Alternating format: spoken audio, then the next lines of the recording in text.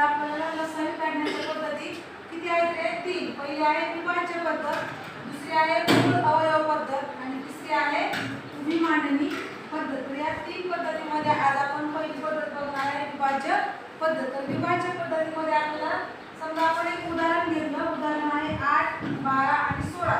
या 3 अंकांचा आपल्याला काय करायचं आहे?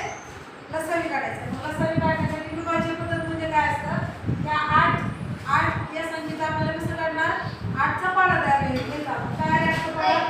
8, 16, 8, 24, 8 चोक 32, 8 पंचे 40, 8 सक 8 4, 8 सती 56, 8 8 64, 8 9 8 10 80. नंतर 80 मध्ये 8 मिसा 88, 88 मध्ये 8 मिसा किती होईल? 96. बरोबर. आता 12 चा पाढा लिहा. 12 1 12, 12 2 24, 36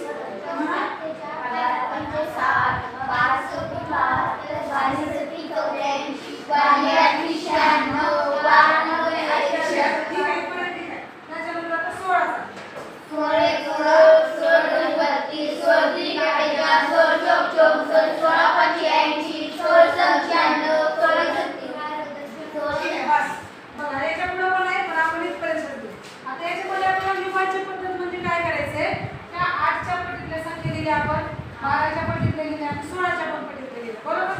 याच्यामध्ये आता तुम्ही कृतीमध्ये सारखी असणारी संख्या कोणती दिसते रे? पहिली संख्या दिसते बघा 48. द्वितीयमध्ये पण आहे. दुसरी संख्या कोणती दिसते आपल्याला बघा? 96.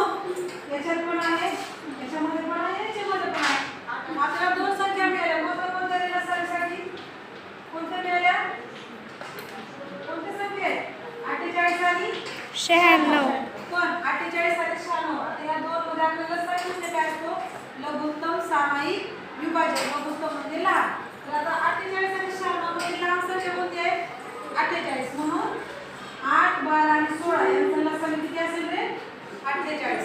आता 96 च्या नंतर पण काय संख्या कॉमन येते. पण आपल्याला पाहिजे कुठला? लहान अंक पाहिजे. म्हणून आपण काय असेल? 48. तर 8, 12 आणि 16 चा लसावी किती असेल? 48. आपण विभाज्य पद्धतीने तो काढू.